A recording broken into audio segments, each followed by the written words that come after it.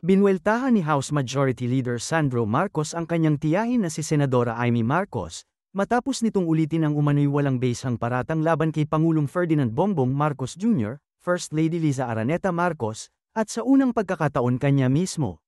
Giit ni Sandro, hindi ito asal ng isang tunay na kapatid, at tinawag niyang web of lies ang mga pahayag ng senadora na aniyay naglalayong manggulo sa administrasyon upang isulong ang sarili nitong ambisyon sa politika.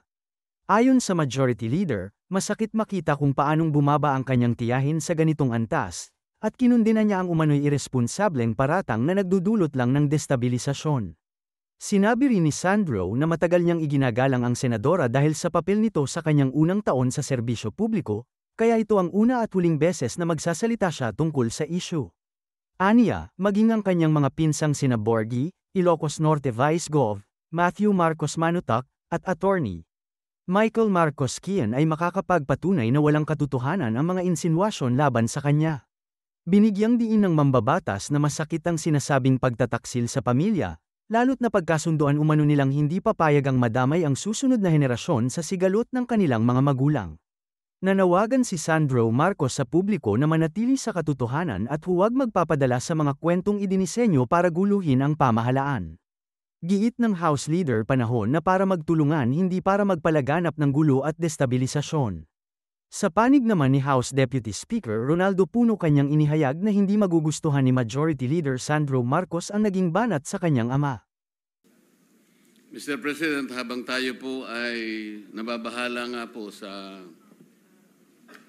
paghina ng ating piso sapagkat humina po yung kumpiyansa ng maraming nagmamasid sa atin, siguro kasama na po dyan yung global financial institutions, mga namumuhunan sa iba't ibang bansa, ang paghina pa rin po ng pagdating ng ating foreign direct investments, isa pong nakakabahalang pangyayari. Kahapon po ay nagsalita ang ating kasama, Senator Amy Marcos, sa isang malaking rally sa Luneta. At alam na po nating lahat kung ano ang kanyang ibinunyag. Ano po ang magiging epekto nito sa pinag-uusapan nating kumpiyansa at katatagan ng ating bansa? Ang pinag-uusapan po kasi ay hinahanap natin ang transparency, ang accountability at justisya sa ating bansa. Nagkakaroon po ng pagpapahayag. Ano po ang nakikita ng ating economic cluster sa bahaging ito at pangyayaring ito, Mr. President?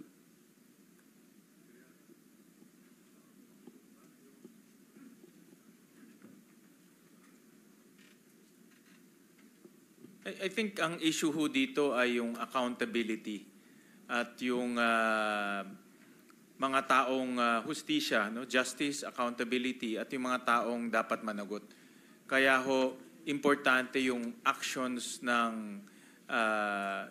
administration kung paano nila pananagutin itong mga taong sangkot sa issue ng flood control at corruption. Kaya talagang tinitignan din. Ako, pag nanonood po ako ng mga international news, ang focus talaga dito sa corruption issue. At kahapon nakita ko sa yung DW, yung German news agency, nakita ko sa Reuters, nakita ko po sa South China Morning Post, marami ho ay focus on corruption. So kung nababasa po ito ng mga dayuhan or international investors, yun talaga ang magiging issue. At tinitingnan rin nila kung paano ang gobyerno ho nating re-responde. So magandang hakbang po na meron na pong mga kasong ifa-file at kung tuloy-tuloy ho yan, mas maganda ho dahil diyan ho makikita po ng mamumuhunan sa atin na seryoso ho ang ating pamahalaan sa pagpapakulong at pinaka-importante po yung panagutin yung mga nagkasala. Mr. President, ang direktang binabanggit ko po ay yung pahayag na ginawa ni Senator Amy Marcos. Narinig po ba ninyo, Mr. President? Narinig ko ho. Salamat po. Babalikan ko po, Mr. President, yung naudlot na pagtatanong ko tungkol sa Maharlika Investment Fund Kasi hindi ko po naituloy sapagkat naging tradisyon po na kailangan po nating i-close ang interpellation dahil nga po sa pagpanaw ng ating dating senador at dating Pangulo ng Senado, Juan Ponce Enrile. Mr. President, sa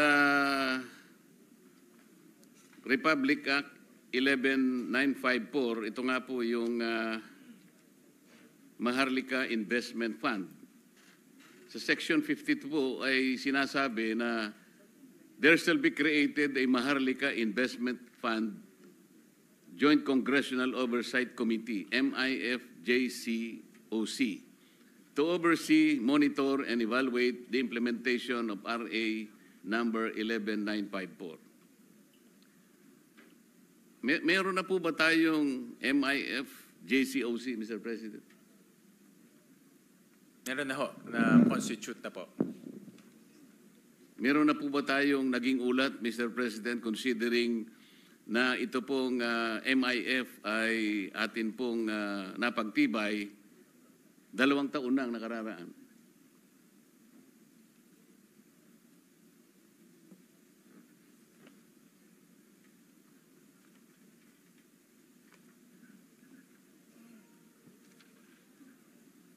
Meron ho sila sinasabit po sa Joint Congressional Oversight Committee ng report every quarter po. So, yun po yung kanilang ibinibigay po na update sa Kongreso.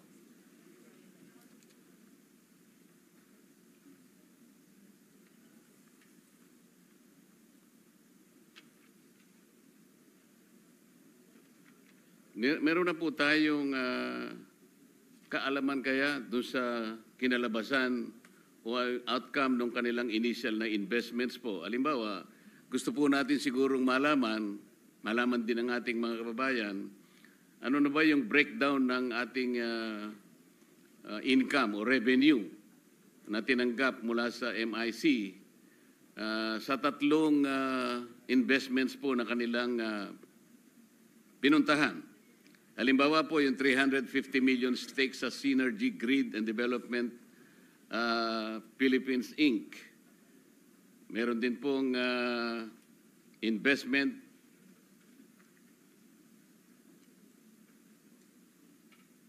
ito po yung bridge loan to Makilala Mining Company Inc. Gusto po nating malaman kung ano pong ganansya, ano pong naging pakinabang dahil sa Section 53 po nitong batas na ito na gumawa sa MIF, sinasabi po, right to freedom of information of the public. All documents of the MIF and the MIC shall be open, available, and accessible to the public as may be allowed by law. Importante po siguro na malaman natin kung meron ng naging pakinabang po ang ating mga mamamayan dito sa pamumuhunan o yung investment po na pinaglagakan ng Maharlika Investment Fund. Actually, Senator Marcoleta, ang update, marami na ho silang mga investments na tinitignan. Kasama na ho dito yung State Grid Philippines na may-ari po ng NGCP. Kasalan na rin dito yung Mindoro. This is a transmission project in the island of Mindoro. Pero ang consummated transaction ay itong Makilala Mining na nagkakahalaga po ng 600 million pesos. Ang investment internal rate of return niya ay 25%. So the rest po ng kita ay nanggagaling po sa treasury bills. Yun po ang pinagkikitaan nila ngayon so far. So yung mga ganitong investment po ay dahil nabanggit ko ho nung last interpellation ho natin na meron ho silang twin objective, no? National development and of course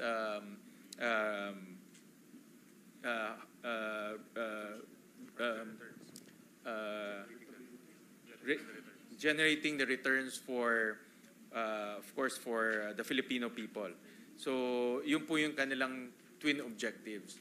Kaya nagiging maingat rin ho sila na hindi lang papasok sa mga investments. Marami hong investments, hindi ho mawawalan ng investments in fact. Pero kailangan importante ho na dalawang objectives nila ay makamit. No? National development and rate of return for the Filipino people. Naintindihan po natin yun, Mr. President. Pero kailangan natin siguro na malaman din ano-ano yung mga datos na pwedeng may paliwanag natin sa ating mamamayan. Halimbawa, pangkaraniwan na ininvest nila, isang magandang halimbawa, ininvest halimbawa sa treasury bills. Kung meron man silang treasury bills, so kahit sa anong klaseng portfolio, alam naman natin kumikita po yun eh. Magkano na po ang kinita? Katulad po ng isang tao na nag-invest sa money market halimbawa, sa bonds halimbawa, alam niya po na sa loob ng, let's say, isang quarter, o kung kaya, halimbawa, ito po ay lock in 5 years, so lock in 10 years, alam po natin yung yield eh. Alam po natin ang kinikita natin. Alam natin ito ay for national development. Kaya nga po tayo nagpatibay ng batas na ganito para makatulong po sa ating bansa. Tama. Pero dapat naman nakikita natin, halimbawa, ilan po kayang manggagawa ang na-create ng investment na ito? Napaka-importante po eh. Halimbawa, sinabi nila, yung investment na ito, we were able to produce 150,000 employees. Yun po yung hinahanap natin. Kasi kapag gano'n, mas marami pong nagkaroon ng trabaho, mag-exert ng pressure yan para po medyo bababa ngayon ang poverty incidence rate. Sapagkat pag marami pong trabaho, siyempre po giginhawa ang buhay ng mamamayan. Ganun po yung gustong malaman ng ating mamamayan. Ano na po ang kaganapan? Para sa ganun ay medyo masaya naman tayong mag-uulat sa ating mamamayan sapagkat tayo po ang gumawa nitong batas na ito eh. Ginawa natin ito alang-alang sa ating pag-asa, makatulong ito sa national development.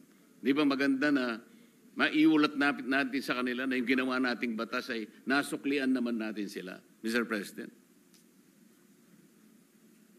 Well, Mr. President, sa full year 2024, ang kanyang comprehensive income is about 2.6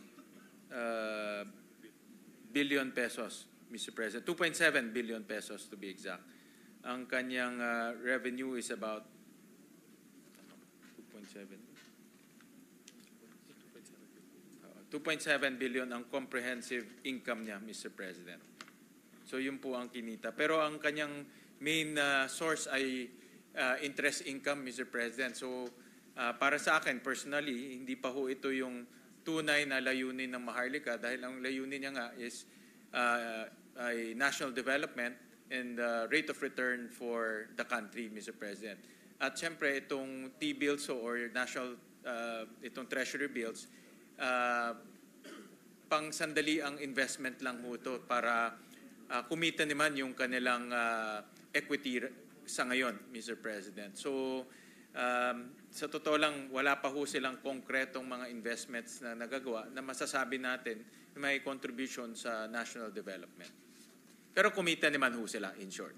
So, ang malungkot na parte po ay hindi po natin alam kung anong napunta sa mamamayan. Maaring kumita po, bakit naman hindi? Ngunit, ang importante po, yung kinita na yon, yung po ba'y naramdaman?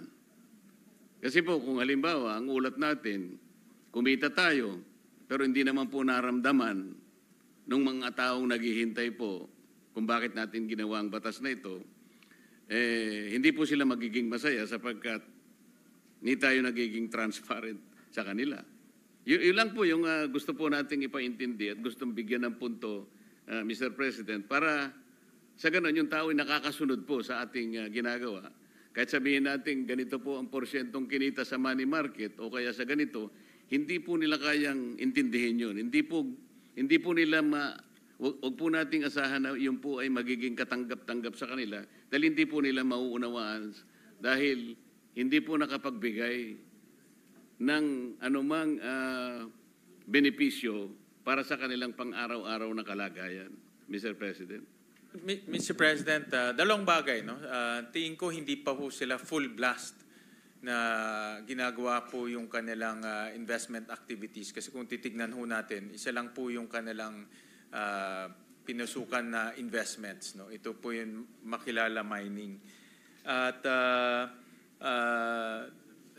tingin, dahil nga nag-iingat rin ho sila kung saan po ilalagay itong investments nila dahil ito po ay pera ng taong bayan. Kaya talagang kumbaga extra careful yung kanilang pag-i-invest.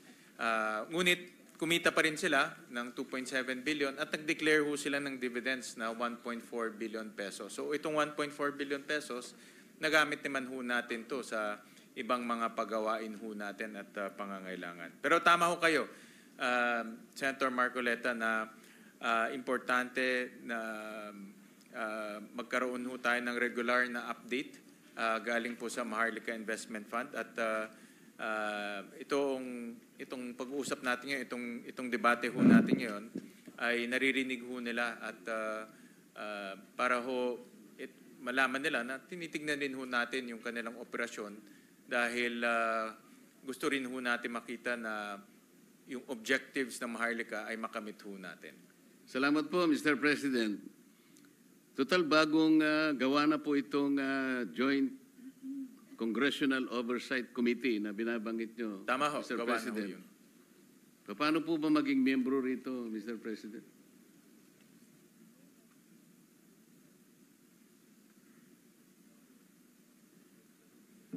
I'm sure nakikinig po ang ating Senate President at siya po ay nag-appoint nitong Joint Oversight. Ayan, done na ho. In-appoint na Member po na ako, ho kayo Mr. ng Joint Congressional Oversight Commission. Isa na lamang po dahil na-appoint na po ako, Correct. Mr. Oo. President. Ito pong national ID. Nung nasa House of Representatives pa po ako, Mr. President, meron po silang pinapirma sa amin, pumunta yung isang tropa ng PSA yata yun.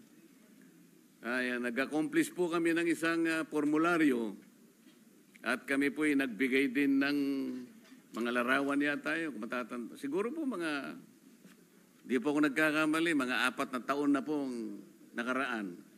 Alam po ba ninyo, Mr. President? Hanggang ngayon wala pa po akong national ID. Kanino ko po ba kukunin yun, Mr. President? Kung meron ho kayong smartphone, mamaya ho, after nitong interpellation, meron na kayong digital national ID. Dahil ang national ID ho natin, hindi lang po yung physical ID, kundi meron na rin digital national ID. At mas maganda ho yung digital dahil yung wallet nananakaw pa ho. Pero pag nasa cellphone nyo ho, sana hindi lang manakaw yung cellphone nyo, pero nandoon po yung digital ID ho ninyo. Ganun po pala kadali, Mr. President. Bakit hindi po ako sinabihan man lang ng Philippine Statistical Authority? Pinaghintay niya po ako ng mahigit na 4 na taon. Ganun lang pala para magkaroon ako ng national ID. Nalulungkot po ako. At medyo naiinis, Mr. President. Ito po ang kauli-ulian na po siguro. Ang ating DILG Secretary, John B. Cremulya, sinabi po niya kamakailan na gusto po niya ang DILG na lang po ang maging lead agency sa pag-implement ng National ID Program. At hinihingi po niya ang suporta ng Kongreso sa bahaging ito. Ano po ang stand ng PSA dito, Mr. President? Senator Marcoleta, bigyan ko lang ho kayo ng mabilis na update. Ang the Digital National ID po ay nakapag-issue na ng 88 million na unique digital ID. Kaya ho, halos lahat ng tao po ay meron na pong e-digital ID or yung nasa cellphone po. At yan po naman ang ginagamit na ngayon sa buong mundo. In fact, nag-release lang po ang Amerika ng digital passport. Nakita ko lang ho sa news. No? So talagang papunta na ho doon. So So, andito ho ang ating national statistician at pinangako niya ho sa akin na today? Within the week ho, meron na kayong physical ID na papadala. Digital pala, digital ID. Opo, pero yung tinatanong ko, yung pong mungkahi ni DILG Secretary John B. Cremulya na DILG po ang mag-i-implement. Paano po yun? Mawawala na po ba yung, wala pong objection ng agency sa... Actually, napag-usapan ho namin yan ng DILG Secretary at meron ho siyang ganun na plano. Pero mas maganda ho ang suggestion ko since ang national ID na ho natin ay way in advance. In fact, almost complete na ho yung kanyang operations at full-blown operations na rin ho. Mas maganda na mag-usap po yung DILG para ma-expand yung application. Ito kasi yung application ng DILG is for crime prevention and of course peace and order activities na pwede naman po gamitin yung existing database. No? Mag-usap na lang ho muna ngayon dahil nandyan na po yung ating national ID.